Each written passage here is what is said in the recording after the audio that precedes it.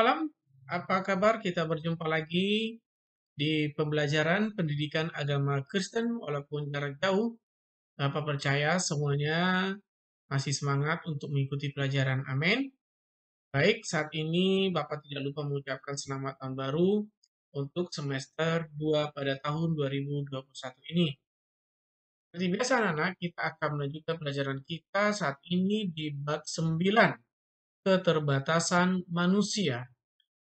Kita akan belajar apa maksudnya keterbatasan, ya, terbatas bagi manusia. Ya, seperti biasa kita akan mendengarkan puji-pujian sebelum kita eh, melanjutkan pelajaran kita pada hari ini.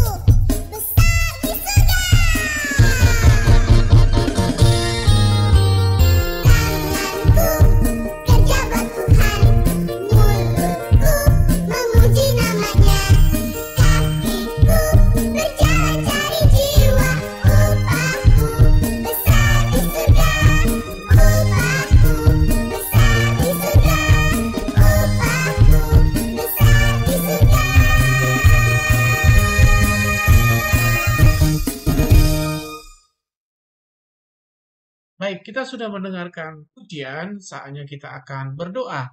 Mari lipat tangannya, tutup matanya. Kami bersyukur Tuhan atas kebaikan Tuhan buat hari ini. Kami dapat belajar walaupun jarak jauh, tapi kami percaya Tuhan hadir di tempat kami masing-masing. Kami siapkan hati kami Bapa, dalam nama Yesus kami berdoa. Amin. Baik anak-anak, kita akan melanjutkan pelajaran kita. Mari buka Alkitabnya 2 Korintus 12 ayat 9. 2 Korintus 12 ayat 9. Ya, sudah ada Alkitabnya. Sudah diambil, sudah dibuka. Silakan. Nah, kalau tidak ada Alkitabnya, Bapak tunjukkan di sini ya. Mari kita baca bersama-sama. 1, 2, 3. Tetapi jawab Tuhan kepadaku, cukuplah kasih karuniaku bagimu, sebab justru dalam kelemahankulah kuasaku menjadi sempurna. Sebab itu terlebih suka aku bermegah atas kelemahanku, supaya kuasa Kristus turun menaungi aku. Nah, sekali lagi kita baca ya bersama-sama dengan bersuara. 1, 2, 3. Tetapi jawab Tuhan kepadaku, cukuplah kasih karuniaku bagimu, sebab justru dalam kelemahanlah kuasaku menjadi sempurna. Sebab itu terlebih suka aku bermegah atas kelemahanku, supaya kuasa Kristus turun menaungi aku. Nah, firman Tuhan ini, ya, firman Tuhan ini dituliskan oleh Paulus. Cukuplah kasih karuniaku bagimu, ya. Artinya gini, Paulus di sini sebenarnya mengalami ada namanya satu sakit penyakit. Dia berdoa sama Tuhan. Ya Tuhan, aku ada sakit nih Tuhan. Tolong sembuhkan ya Tuhan. Tapi Tuhan berfirman, cukuplah kasih karuniaku bagimu, sebab justru dalam kelemahanku kuasaku menjadi sempurna. Justru dalam kelemahan yang dialami Paulus itu, Paulus semakin dekat dengan Tuhan. Dia semakin berseru, Tuhan, dalam kelemahanku, aku melayani Tuhan. Dia selalu berdoa sama Tuhan supaya Tuhan memberikan kekuatan bagi dia. Ya, di sini dikatakan sebab itu terlebih suka aku bermegah atas kelemahanku. Jadi dia walaupun badannya lemah, dia bersyukur kepada Tuhan. Justru dalam kelemahannya itu dia datang berseru kepada Tuhan, merendahkan diri sama Tuhan. Ya, karena dia lemah, Tuhan tolong aku Tuhan, tolong aku Tuhan, gitu ya. Supaya kuasa Kristus turun menaungi aku, itu doanya Paulus, ya. Baik, kita akan belajar tentang keterbatasan. Jadi ini menunjukkan keterbatasan yang dialami oleh Paulus, ya, Rasul Paulus. Anak-anak sudah Bapak jelaskan pertemuan-pertemuan waktu di kelas 3, siapa itu Paulus, ya. Sebelum dia bertobat namanya Saulus. Nah, di sini kita akan bicara tentang Paulus. Nah, keterbatasan menurut Kamus Besar Bahasa Indonesia. Nah, di sini ada linknya ya. Keterbatasan menurut Kamus Besar Bahasa Indonesia. Keterbatasan berasal dari kata dasar batas. Jadi ada batasan stop. Contohnya mau jalan ke sini ada batasnya, tidak boleh lewat, gitu ya. Kalau kita contohnya di darat mau ke laut ada batasnya pantai, nggak boleh kita lewati. Kalau kita masuk ke sana maka akan tenggelam, gitu ya. Atau ada jurang, jangan berjalan karena ada jurang. Kalau kita melewati jatuh ke jurang, gitu ya. Nah, keterbatasan memiliki arti dalam kelas nominal atau kata benda sehingga keterbatasan dapat menyatakan nama dari seseorang, tempat atau semua benda dan segala yang dibendakan. Jadi keterbatasan itu bisa menunjukkan ke seseorang, tempat atau benda dan segala yang dibendakan. Ya, jadi keterbatasan itu bisa menunjukkan kata tempat, menunjukkan seseorang, ya, atau benda-benda yang lainnya. Itu keterbatasan menurut Kamus Besar Bahasa Indonesia. Bagaimana dengan keterbatasan menurut kekristenan? Ya, apa yang dimaksud dengan keterbatasan menurut secara kekristenan? Ya, menurut kekristenan, bukan secara, menurut kekristenan, yaitu kemampuan yang dimiliki manusia terbatas dan tidak bisa melakukan sesuatu yang dilakukan Tuhan, seperti menciptakan alam semesta, bumi dan makhluk hidup dalamnya bumi ini, ya. Jadi manusia itu terbatas, tidak seperti Tuhan. Tuhan kan tidak terbatas. Jadi kalau manusia itu terbatas, tidak bisa menciptakan alam semesta, tidak bisa menciptakan, ini ada bumi nih, kita menciptakan bumi lagi di samping bumi karena bumi sudah penuh, sudah makin tua, kita ciptakan lagi bumi, nggak bisa. Tapi manusia mungkin Tuhan kasih kemampuan untuk menciptakan satelit, ya, seperti pesawat luar angkasa, ya, stasiun luar angkasa. Hanya itu, sebatas itu yang bisa dilakukan oleh manusia. Kalau untuk menciptakan bumi tidak bisa, ya, karena manusia itu terbatas. Atau manusia bisa nggak menciptakan manusia? Ya tidak bisa, ya. Atau manusia bisa nggak menciptakan makhluk hidup? Contohnya nih, ada dinosaurus, dulu ada, sekarang kita ciptakan aja. Bagaimana cara menciptakan? Nggak bisa, karena manusia itu terbatas. Tapi Tuhan bisa nggak menciptakan itu? Dinosaurus lagi bisa, karena Tuhan itu adalah Maha Pencipta. Ya, anak-anak ya. Baik, seperti biasa, coba lihat di bawah ini, yang di bawah video ini pasti ada namanya tulisan like, atau subscribe atau di-share aja kepada teman-temannya yang kelas 4 atau kelas 6 atau kelas 1 sampai kelas 3, saudara-saudaranya atau keluarga, boleh dibagikan, tidak masalah, supaya mereka juga dapat pelajaran pendidikan agama Kristen, ya. Oke, kita lanjutkan. Keterbatasan manusia ada yang dibawa sejak lahir. Ya, waktu dia lahir, dia sudah memiliki keterbatasan secara fisik, ya. Yang kita pelajari hari ini adalah keterbatasan secara fisik. Artinya, sudah Tuhan kasih sejak lahir, akan tetapi Tuhan pasti memperlengkapi mereka dengan keahlian khusus. Nah, tinggal orang itu mau menggali apa yang dia miliki.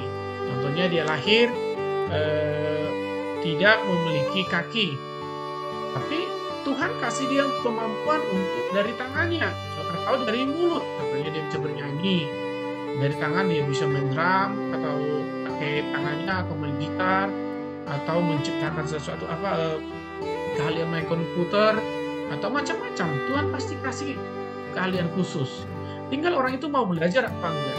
Kalau cuma hanya dia duduk berkata gini, Tuhan kasih aku gak ada kaki, ya udah aku jadi meminta-minta aja lah. Nah, itu tidak ada nggak mau belajar. Atau ya aku nggak punya tangan, belajarlah orang yang memberikan aku belas kasihan supaya aku bisa makan. Nggak bisa seperti itu. Dia harus belajar apa yang Tuhan kasih, kemampuan apa yang Tuhan kasih buat dia. Ya, Bapak pernah melihat di satu panti asuhan. Di sana mereka memiliki keterbatasan, tidak dapat melihat. Ya, tapi mereka itu hebatnya apa? Mereka bernyanyi dengan suara yang sangat bagus. Ya, ada yang bisa main gitar, ada yang bisa main keyboard, padahal dia nggak bisa melihat. Nah, itu adalah kemampuan khusus yang Tuhan kasih. Ya, karena dia menggali, aku bisanya main gitar, dia main gitar hebat. Ya, dia main keyboard, dia hebat. Nah, apakah cuma hanya mereka yang memiliki keterbatasan fisik Tuhan kasih? Tidak, kita manusia yang normal ini punya tangan, punya kaki, punya mata, punya mulut, punya hidung, punya telinga. Tuhan kasih sebenarnya buat kita kemampuan. Cuma anak-anak mau nggak belajar, mau nggak mengembangkan talenta yang Tuhan kasih. Ya, contohnya anak-anak di sini, Pak, aku bisanya sepeda saya bagus kalau sepeda saya kalau biasa juara 1. Nah, tinggal kamu menggalinya.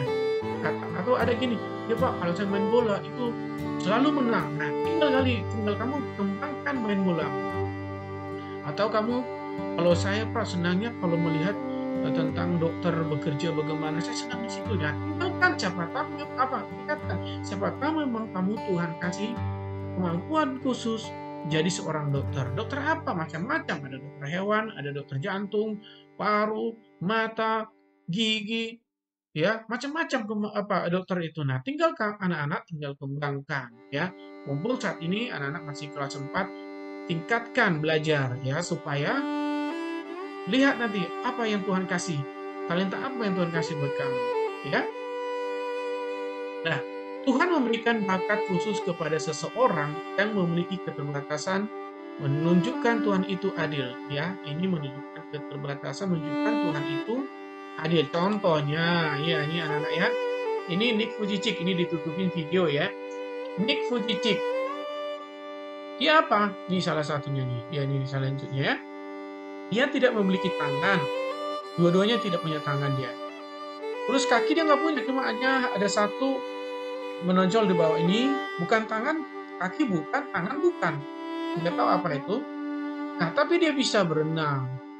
Ya, dia bisa main seluncur, dia bisa main golf, dia bisa ngetik, dia bisa terima telepon. Bahkan dia sampai terakhir Bapak dengar dia kuliah sampai S2. Apakah dia mendapat S3 atau doktor? Apa tidak tahu. Tapi dia tidak bilang pertama. Awalnya dia sejak waktu dia lahir, dia udah bisa berbicara. Dia bilang Tuhan itu tidak adil. Dia bilang pertama-tama. Tapi setelah dia menyadari bahwa dia punya kemampuan, dia bilang Tuhan itu adil. Dengan apa? Dia bisa belajar, dia bisa seorang ahli dia seorang pembicara, ya, motivator, memberikan semangat untuk orang. Bahkan dia lahir, Bapak lupa di daerah mati lahir, ke Indonesia sudah datang. Ya, ke Indonesia dia datang memotivasi orang-orang yang bermasalah hidupnya, yang tidak percaya diri lagi. Dia memberikan semangat. Dia bilang gini, lihat aja saya nggak punya tangan, tidak punya kaki, tapi saya bisa Tuhan pakai, katanya. Anak berarti bisa. Tinggal anak-anak mau nggak mengembangkannya, tinggal mau belajar nggak, ya. Jangan cuma hanya di rumah nih belajar jarak jauh, tidak. Di rumah hanya duduk-duduk, main handphone, main game, atau pergi main-main ke tempat-tempatnya, atau tidur-tiduran, tapi nggak mau belajar. Kapan kamu bisa berkembang? Inilah saja selama di rumah, coba belajar, baca-baca bukunya, Ya, buku pelajarannya, tema-temanya dipelajarin, baca Alkitab jangan lupa, ya buku agama aja dibaca juga. Jangan menganggap pelajaran agama itu, wah ingat kita udah belajarin di gereja, salah juga. Ya, kalau kamu sudah belajar di gereja, sudah lulus dengan pelajaran Alkitab, nah buktinya masih bisa bohong. Nah, itu kan diajarin di gereja, jangan bohong, tapi masih berbohong, berarti belum lulus. Nah itu ya anak-anak ya. Jadi keterbatasan yang kita miliki bisa kita kembangkan. Ya asal ada kemauan. Jadi selama belajar di rumah jarak jauh, baca bukunya, berulang-ulang. Pelajaran udah habis Pak dibacain. Pelajaran kelas 3 diulang, tidak masalah. Pelajaran kelas 2 diulang, nggak apa-apa. Supaya apa? Pengetahuan bertambah, tidak dilupakan itu pelajaran. Ya anak-anak ya. Nah, di pelajaran kita saat ini, keterbatasan bukan sebuah dosa karena bukan hubungannya dengan sifat atau karakter seseorang, sebab keterbatasan yang kita pelajari hari ini hanya bersifat keterbatasan fisik. Jadi, kalau seseorang itu lahir tidak memiliki tangan atau kaki, dia bukan karena berdosa, dosa orang tua, bukan. Itu memang rencana Tuhan. Tuhan punya rencana atas dia. Ya anak-anak ya. Jadi kalau dia tidak memiliki keterbatasan tersebut bukan karena dosa. Baik, demikianlah pembelajaran kita pada hari ini. Kita akan lanjutkan pelajaran tentang keterbatasan ini di pertemuan yang akan datang. Tuhan Yesus memberkati. Shalom.